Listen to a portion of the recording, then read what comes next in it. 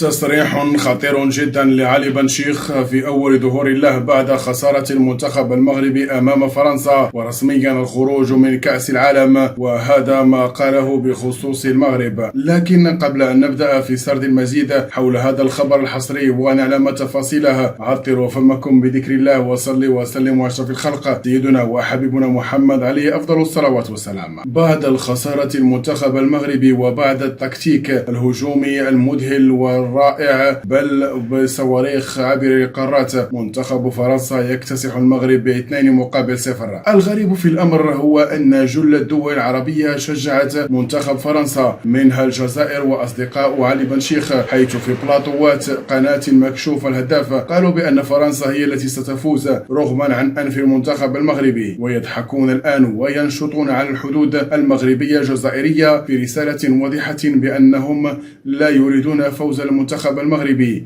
وعليه يرى مراقبون بأن علي بن شيخ وأصدقائه يضحكون كل ساعة ودقيقة على خسارة المنتخب المغربي أمام فرنسا، ورسميا خروج أو آخر ممثل عربي إفريقي في هذه الكأس.